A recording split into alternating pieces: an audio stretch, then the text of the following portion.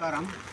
మరి మా సిర్నాపల్లి గ్రామ పరిస్థితి ఈరోజు ఈ విధంగా చూస్తే, మరి ఈ స్టేషన్ వాగు నుంచి వచ్చేటటువంటి వాగు మాకు ప్రతి సంవత్సరం అడ్డంకులుగా ఉంది.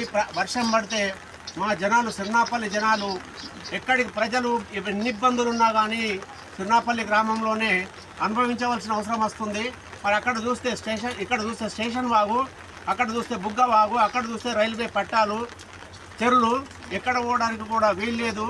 దయచేసి మా సిర్నాపల్లి గ్రామంను మారుమూల ప్రాంతంగా దృష్టి పెట్టుకొని మరి ఆఫీసర్లు కానీ, అధికారులు కానీ, మరి నాయకులు కానీ, మరి ఎమ్మెల్యే గారు కానీ, ఎంపీ గారు కానీ, ప్రతి ఒక్క నాయకుడు దీని మీద స్పందించి మా గ్రామానికి ఈ రాకపోకల సౌకర్యానికి చాలా ఇబ్బంది. ప్రతి సంవత్సరము ఎన్ని బాధలున్నా హాస్పిటల్ పోవడానికి కానీ, ఎక్కడ కానీ వెళ్ళడానికి వీలు లేకుండా పరిస్థితులు ఏర్పడుతున్నాయి. కాబట్టి చుట్టూ ప్రాంతం లోపల ఎక్కడ పోయినా మాకు గ్రామము జన నిర్బంధంలో ఉంటుంది. కాబట్టి మా గ్రామాన్ని ఈ స్టేషన్ వాగును మరి పై ఎత్తు పెంచి అధికారులు ఫండ్స్ పెట్టించి దయచేసి మా గ్రామాన్ని ఇంకా ముందు తరాలకు అందిస్తారని చెప్పేసి ఆశిస్తూ, మరి ప్రతి ఒక్కరికి మరి పేరు పేరున ఎమ్మెల్యే గారు కానీ, కలెక్టర్ గారు కానీ, ఎంపీ గారు కానీ, మరి నాయకులు కానీ మా గ్రామాన్ని ఆదుకుంటారని చెప్పేసి ప్రతి ఒక్కరికి మా గ్రామం తరఫున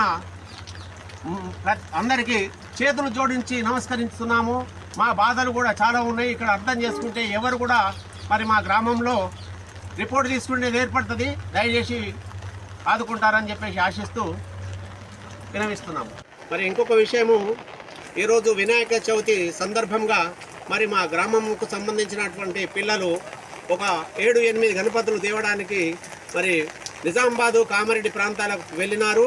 మరి వాళ్ళు ఆ వినాయకులను తీసుకొని రావడానికి కూడా అక్కడ ఆ గడ్డకే ఉన్నారు. కాబట్టి వాళ్ళకు కూడా ఈ వినాయకుని తీసుకొచ్చి పూజ చేయడానికి కూడా ఇబ్బందిగా ఉన్నది. కాబట్టి ఇలాంటి పరిస్థితులు మేము ప్రతి సంవత్సరం ఎదుర్కొంటున్నాం. కాబట్టి దయచేసి దీని మీద మీరందరూ అధికారులు కానీ, ఆఫీసర్లు కానీ, లీడర్లు కానీ, ఎమ్మెల్యే గారు కానీ, ఎంపీ గారు కానీ దీన్ని మీ దృష్టికి ప్రత్యేక దృష్టితో చూసి మా గ్రామానికి విముక్తి కలిగిస్తారని చెప్పేసి, హాస్పిటల్ సౌకర్యానికి కూడా చాలా ఇబ్బందులు అవుతున్నాయి. ఎవరికన్నా ఇబ్బందులు వస్తే కూడా హాస్పిటల్ పోవడానికి కూడా మాకు చాలా ఇబ్బందులు ఉంటాయి. ప్రతి సంవత్సరం మేము ఈ విధంగా ఎల్లదీస్తూనే ఉన్నాము.